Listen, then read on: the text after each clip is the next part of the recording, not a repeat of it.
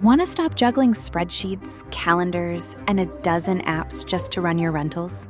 Lodgify makes it easy. It's an all-in-one toolkit for hosts. Build a direct booking website, automate guest messaging, and keep all your channels in sync. Running your rental business your way has never been simpler. And for Good Morning Hospitality listeners, you can get 20% off any yearly plan with code GMH20. Just check the link in the show notes to get started today. Welcome to Good Morning Hospitality, your one-stop shop for the latest news, noteworthy trends, and thought-provoking discussions across the industry. From hotels and short-term rentals to all things travel and hospitality, you'll find each episode equips you with the information that you need to start your week. Join us on Good Morning Hospitality every Monday, wherever you get your podcasts.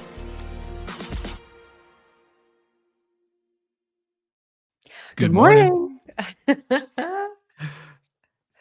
Michael, you're muted, my friend. Welcome to your fourth year of podcasting. Let's go. Well, you guys jumped in straight away, so it's a good thing I was on mute, because otherwise we would have been talking all over each other. Yeah, would have been a great time. Our favorite thing is talking over each other.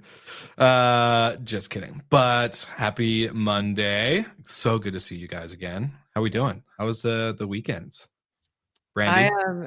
So this weekend was Art Basel, and for those people who don't know, it's just like it started off as an art convention, and now it's just like a crazy week. It's like fashion, art, music, traffic is crazy, and I actually live like right next to the design district now, which I didn't really like factor in, and one of the bridges that goes to Miami Beach. So like the traffic around my apartment has been bananas. But this was a year where I realized that, you know, my entertainment preferences have changed. I was like, I'm going to go to one show at Space, and it's like an all like, you know, I don't know, 14-hour thing. And I lasted 3 hours and then I went home and I was like, well, you know what? We gave it, the people I wanted to see were hours away from coming on. And I was like, you know what? I'm tired. I'm going home. Yeah. So it was, Contrary to popular belief, this show is not sponsored by Space, although mentioned on almost every episode.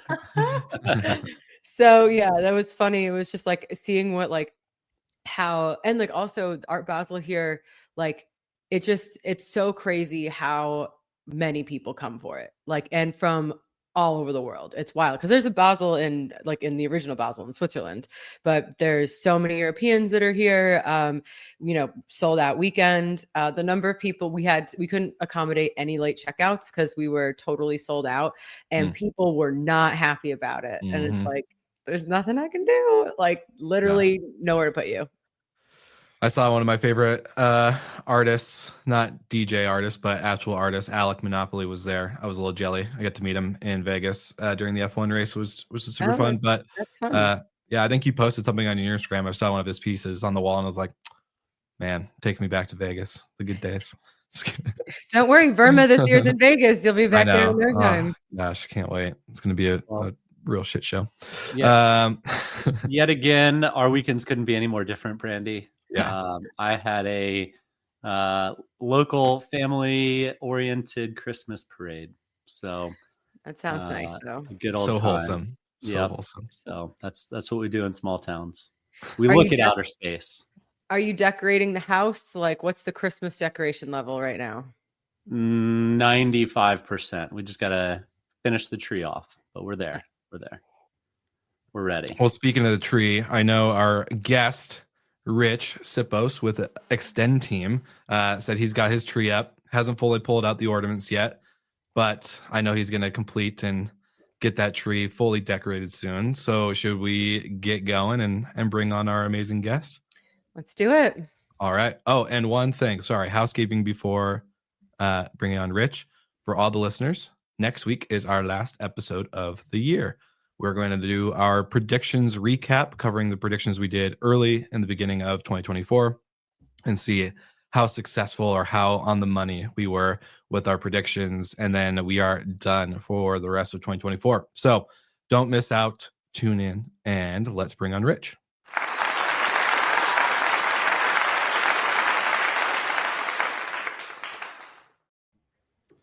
Rich, good morning. Hey, thanks for having me on the show. I really appreciate it. And I've been a listener for a bit of time, so thanks. Beautiful. Of course. We're excited to jump in a few things today that are pertinent to the news cycles that have been going on. Some around the culture in hospitality, some around AI, but it all goes around staffing and the guest experience and the hospitality experience as a whole. But if you don't mind jumping in real quick and tell us a little bit about the business, how you got involved, and we can go from there. Yeah, for sure. So I've been in the industry for a really long time, almost about 20 years. Owned and operated 2 companies in Park City, Utah, Park City Resort Properties and AAA Property Services. Large cleaning operation with commercial laundry, and then just a traditional vacation rental property management company. Exited those in 2014 and 2015, and then have been consulting in the industry for a few years, and have now been leading sales at Extend Team for the last 3.5 years. So been in the industry a long time, seen it from all sides, and really leading things for Extend Team for the past few years. Yeah, I was gonna say, Rich, you and I got to connect back in, was it 2021 at the Live Res conference for the first probably time? that's probably it.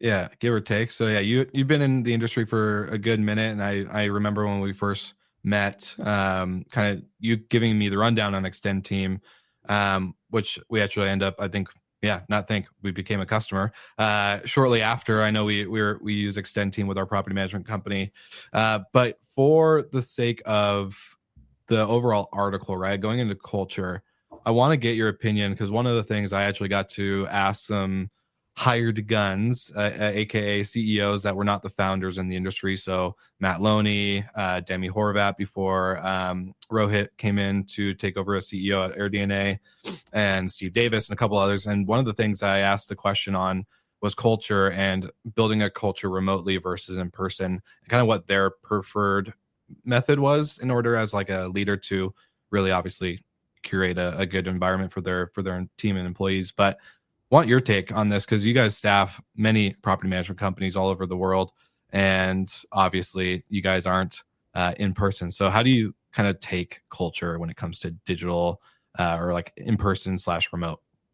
Yeah, I mean, it's interesting because, I mean, our own company, we're so far spread out. We have people literally all over the world that work with Extend Team, like directly for our corporate team as well. So we get to see things and learn things from, an upfront perspective. But then we get to see how our team members that are placed into those companies work differently with all of those different companies as well.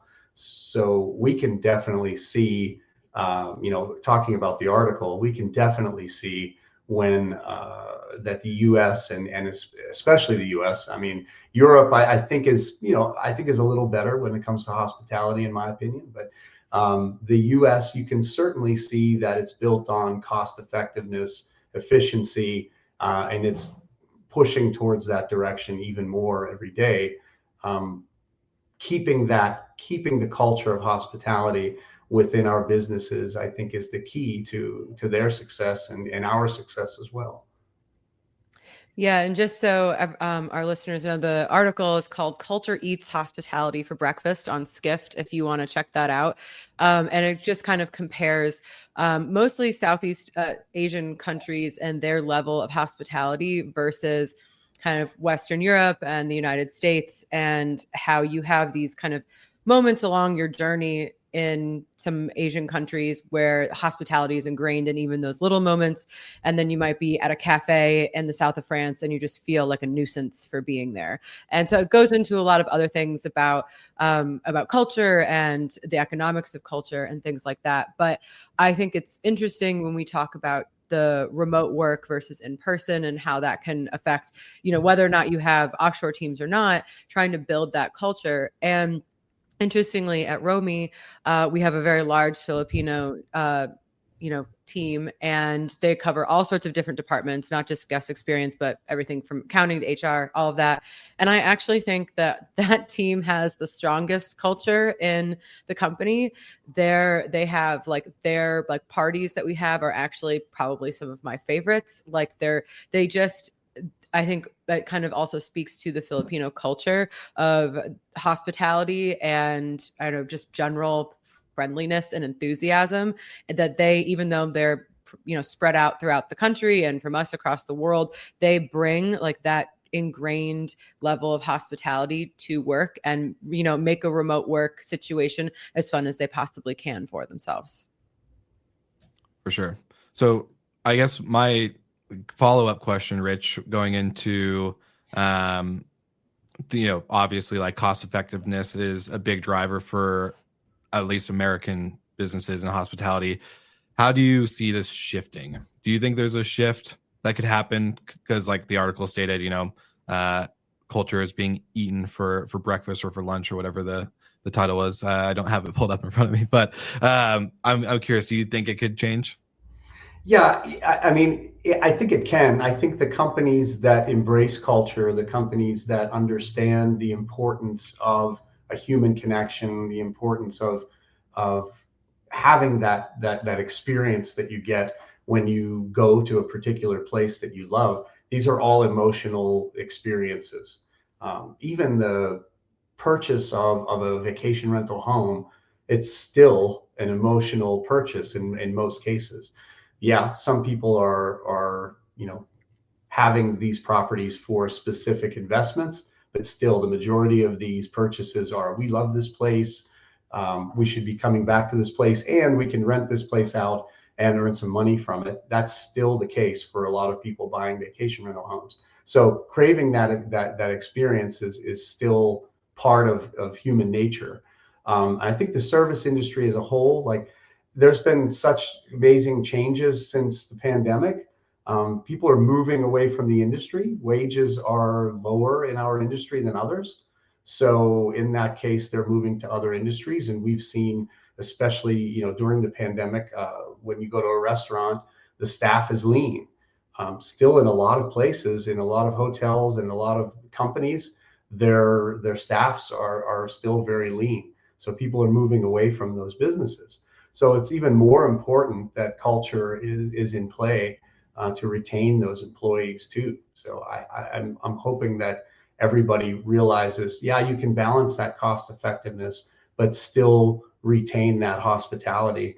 And like Brandy said, like when it comes to Filipino culture, the people that we get through Extend Team, whether they're working in our corporate team or for other property managers, these are true hospitality professionals.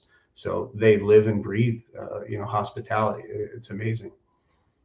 Well, I was going to say, teams, and especially in the short-term rental sector of hospitality, having remote or more distributed, as we like to say on the show, based off of some conversations we had at our first retreat. But Brandy, Brandy's been doing remote teams and had. Brandy, when did you guys go to the Philippines for your guys' actual part? Was that like 2021? It was 2022. Our leadership team, we all went to the Philippines and we did broke the team in half and had 3 days with each group at a resort in Boracay and did like team building and just getting to know those teams. And it was honestly like a lifetime highlight. Well, I was going to say it's obviously like been a normal thing as Brandy's, you guys have been doing this before. You also did it before COVID, right? You guys were doing this. Yeah, I think we had one employee who just celebrated his 5th anniversary with us. So quite some time. Yeah. So it's been a normal thing. And not a lot of teams actually get to meet the members overseas in the Philippines, like Brandy, you guys got to and whatnot. So I guess what are most common challenges you guys are seeing companies face when it comes to team cohesion, and then like obviously the culture part, because it's hard to make that trip to fly over and to get to meet them in person and have that human connection. So what are the kind of other challenges you think outside of being dispersed or distributed would go into that? Yeah, so the big thing is connectivity, right? I mean, connecting with that person, understanding their culture, where they're coming from, whether it's the Philippines or in another country. Getting to know what that culture is like is really important, including the team members into the team meetings that you have. The importance of early on, making them feel inclusive to the team is key and crucial, and continuing that forever. Making sure that the time that they're working is sometime during that business day to where they do have that connection with the team, can have conversations, can talk about their day and putting up a Christmas tree or whatever else.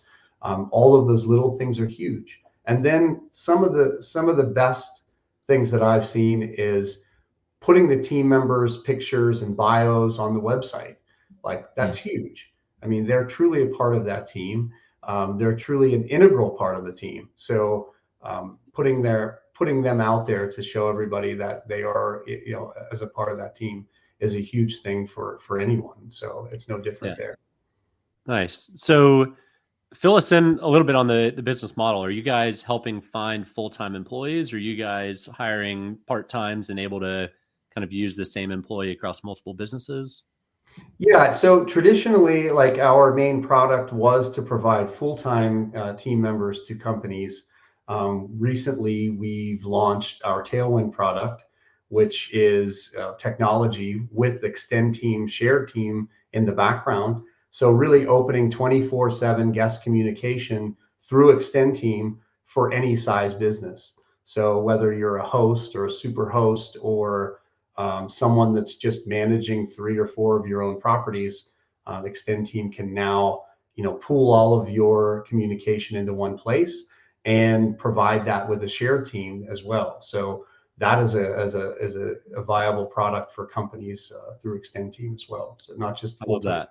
team members. So it makes sense for small businesses just getting started, wanting to build on the backbone of real humans. Yeah, actually, to that point, like, I think about when we first started, looking abroad for help, we were like, in order to, we have kind of take our company to the next level, we had this kind of crazy growth spurts. And we're like, if we needed a lot of people kind of all at once to help. And it was like having the offshore team was just such an amazing, we started just having people in reservations and quickly realized, like, you can really fill so many positions within your company with like incredibly talented people. And, we found accounting staff members who had American accounting qualifications and were just so seamlessly plug and play. And to your point earlier about making people feel like they're a part of the company, like, for us, there's no difference between our remote staff and a US employee, like, except for like the way we pay them. But everybody is treated exactly the same. Like, you are held to those standards. And I think that that's another way people sometimes go, they treat their staff maybe a little bit like they're the offshore staff. But for us, they're just another person on Slack. And honestly, for me, like, everybody's remote for me almost. So it doesn't it's not that much of a difference. Yeah. So Rich, you said you've been to a bunch of conferences this fall. Aside from the term Bitcoin, the other term you hear everywhere is AI. How does Extend Team look at AI versus the core product you guys have, which is actual real humans? Where's the threat? Where's the opportunity? How do the two marry up? Yeah, it's been the buzzword now for probably a year and a half, maybe even close to 2 years, I think.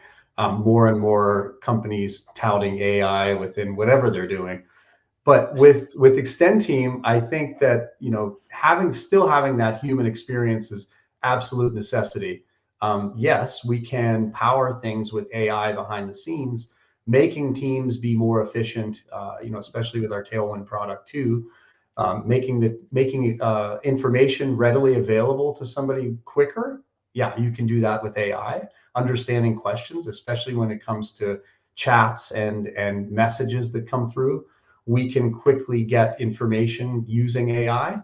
But in the same sense, when we're responding to things, sometimes you can respond with an AI message that's simple, right? Once you can verify, yes, the door code is 1234, perfect. But when it comes to having to deal with an issue or feel an emotion, like, there's no way you can do that at this point. So we want to make sure that we can utilize AI in the background, but our responses, our messaging is definitely human. Yeah, so we've used attempted a couple of different AI programs for the messaging team just to see if we can use them, and we have actually gotten rid of all of them because we have at this point built up enough templates and saved replies and things like that. So for the generic questions, they're sending those out almost automatically anyways. And then, the way that people write is also very different. You have people who aren't spelling things right, who aren't using proper grammar, who are where you kind of, I don't know if the bot technology that's available in our industry is there yet. And to your point about the emotional side of things, if you get a guest who is super pissed off, I think the only thing that would piss them off more is if they could tell that a bot is speaking back to them and not someone really trying to understand why they're upset or whatever. So I think for at least for our team, until the technology gets, much better, we're, going to keep having our team, and they keep building these templates, and, they can use AI to build the templates so they don't have to spend, their time doing all of that. But I think there are certain elements that really do require that human touch, especially, people are on these trips, they're spending a decent amount of money. They could be having a great time, but when things go poorly, you really want someone who can empathize with the situation. Definitely. And to the contrary as well, when someone is extremely happy, you want to keep them extremely happy, and you want them to be a return guest. So if they're having this amazing experience, making that experience even better is the key to gaining future guests too. So not only when someone is upset, being able to deal with them with empathy, but if someone is happy, create more experiences for them, create a better experience than they're already having, and you have that guest for the next, however long period of time. I mean, they'll come back over and over. Rich, I have a quick question for you because I interviewed Chris Wheeler with Scenic Stays not too long ago, and great guy, great company, but he was talking about, the best return guest is a guest that, or it was a well-retained or not retained, sorry, recovered guest in the sense of a guest issue. So how do you guys go about guest recovery and the actual, outside of empathy, right? You want to make sure you are communicating and showing that you care and obviously want to fix this situation, but how do you guys focus on the guest recovery part for the extend team members that are on the guest service aspect rather than the accounting or other different departments? Yeah, speaking for our share team that works in our Tailwind team, I mean, we can't speak for the other companies that our team members are working for. They have all different types of ways that they handle those things. But with our team, understanding not only happiness, but also when it comes to handling very, very delicate situations. I mean, it's super important to understand that you want to say that you're sorry from the beginning. You want to, show empathy in your writing, show empathy when you're speaking, and then making sure that you have, if you can't have a resolution, sometimes there is no resolution, right? So making sure that you have something that you can give to that guest that can make up for a situation that you can't fix at that point. That's the key to making sure that you end things on the right note, even though you can't fix a situation. That happens with us over and over in this industry, of course. Yeah, a lot of hotel staff, front desk training, and Will, you've actually been through it. But from my understanding, a lot of them are given level 1, level 2, level 3 responses to guest interactions. So, oh, you're a few minutes delayed. Here's a beer at the bar. Oh, you're really pissed off. Sorry, here's a late checkout tomorrow. Oh, you're really, really pissed off. Here's a room upgrade. Sorry about that. Right. So that's something that, I do think at some point AI may be able to get to, but I don't know if we're there yet. And the human interaction and being able to read the responses of the guests, as a empathetic being and respond in the appropriate tone or manner, not in a, logarithmic first try free beer, then try, so it's an interesting blend. And I do think, a lot of times the two can play very, very kindly with one another. I think AI certainly has its place for some of those typical responses. But when you get into the actual cultural, hospitable functions, that's still and should almost always be best by a human. Yeah, I think that that's something that also is mentioned in the article. Like there's this leaning towards AI and efficiency and all of that, especially in the United States and to some extent in Europe. But it makes a lot of sense. Like our costs here are a lot higher. Like one front desk agent is probably the equivalent of like three. And I'm also sorry if my cat is making noise again. She is being very rambunctious this morning. But so you have like here we're thinking about like being efficient, and in many ways that means in a lot of cases having offshore talent, but then also AI. So it'll be interesting to see how we can, I think as an industry, maybe have a little bit of a reckoning of if we are relying on AI, for example, a lot, like what are the other points within the stay where you can provide hospitality so all these experiences don't feel so transactional. Yeah, 100%. Awesome. Well, I kind of think for closing out of the episode, Rich, would love to get your perspective on kind of the future of the hospitality workforce, as it's super important.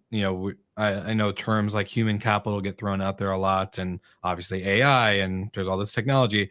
But I want to know with you with rapid advancements in technology and AI, how do you think this is all going to evolve over time, and what steps should leaders take to kind of future-proof their teams? Yeah, I think that managing AI correctly is the key. So it gets better every single day. I mean, if you're using ChatGPT or any other service, you can see when you keep adding on more and more questions each day, those responses are getting better. They're getting closer to what you're looking for. So it will catch up to what we need in some cases. But I don't think the human element will ever be taken out of that. I think that managing it in the background and utilizing it to make you more efficient, more effective with your responses is the key. And then for like leaders, that I mean, educate, right? Understand how AI is being used within your company. Let everybody know how that's happening. Not just use it as a buzzword, but really understanding how it's being utilized within the company. Be transparent to the employees of your company. And then shift the focus to empathy, critical thinking, creativity. I mean, allow those type of activities to be performed by, human interaction. And I think those companies will exceed expectations of the guests and continue to be the leaders in the industry. Yeah, as we've had this conversation, my brain starts to go to where employees are and how they're valued in the future, and it's almost that the front of house will be even more valued because so much of the back of office can be automated. And so I see a world where there's a front desk person making lots of money, and in vacation rental world, it's the virtual assistants and whatnot. And I think it's because of that human connection, and that's a large part of why people travel. Business travel is all about efficiency. That's why you see US and Europe so heavily efficient in communications and technology. But when people are traveling to experience new cultures, new people, new food, new destinations, it's so much about that connection, and you can't get that connection with a computer. At least anyone born after before 2000 can't. I can't speak to the younger generation.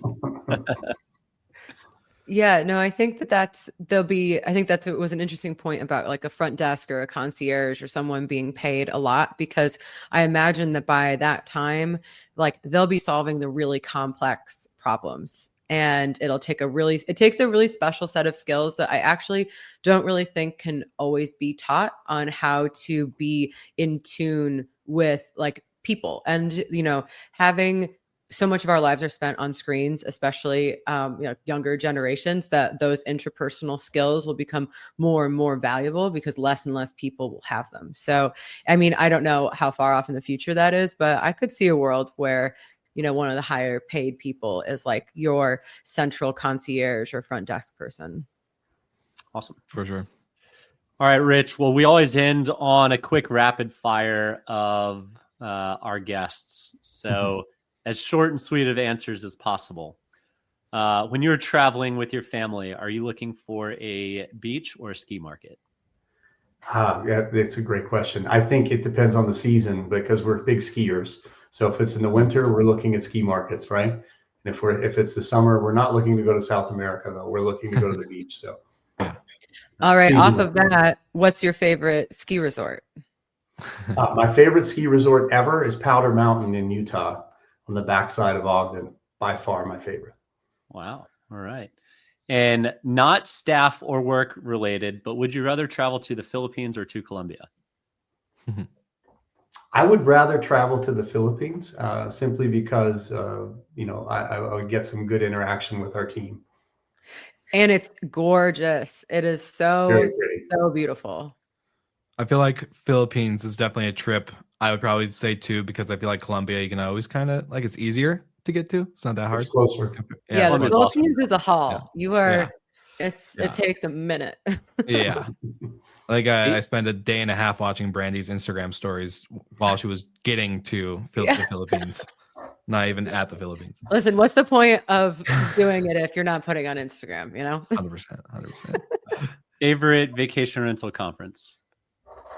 My favorite conference is Streamline, for sure. Streamline conference. Are you an Android or an Apple guy? What would be your guess? Who would guess? I'm gonna guess Android. Absolutely. You seem like you know. Yeah, I was gonna say you seem like you know. I can't switch. I cannot switch over. Come to the dark side. Your ecosystem is all together. Yeah, you'll be stuck forever. And my last rapid fire: beer or cocktails? Beer, no question. Love it. IPAs. What are we doing? What kind of beers? Lagers. Yeah. I'm Irish and Eastern European. Beer. It's just sure. beer. It's just beer. I love it. Well, awesome. Do you guys have any final questions for Rich? Mike, you apparently, or Rich, you just made Mike very happy with your answer. So there you go. Beer fans. All right. If we have no other questions, Rich, thank you so much for joining us today to give some insight on culture and remote teams and just everything happening. Obviously, especially as we're going into the new year, lots of changes going to happen in our industry. I just want to say thank you for taking the time today.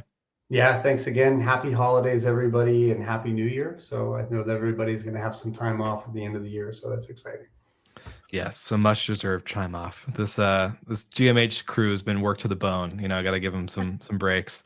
But no, seriously, thank you guys, and for all the Good Morning Hospitality listeners, like always, like and subscribe. Check us out on YouTube. Follow on, all your favorite social medias, and we'll see you guys next week for our predictions episode recap before we close out 2024 and open up 2025 with a lot of optimism and hope for the industry as we continue to push forward. So thank you guys so much, and we'll see you all again next week.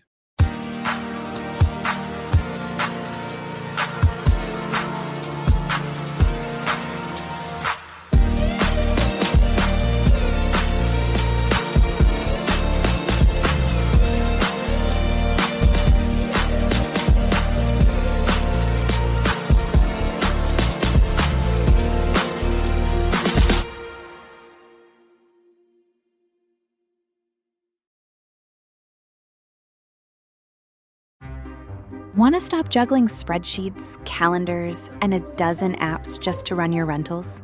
Logify makes it easy. It's an all-in-one toolkit for hosts. Build a direct booking website, automate guest messaging, and keep all your channels in sync. Running your rental business your way has never been simpler. And for Good Morning Hospitality listeners, you can get 20% off any yearly plan with code GMH20. Just check the link in the show notes to get started today.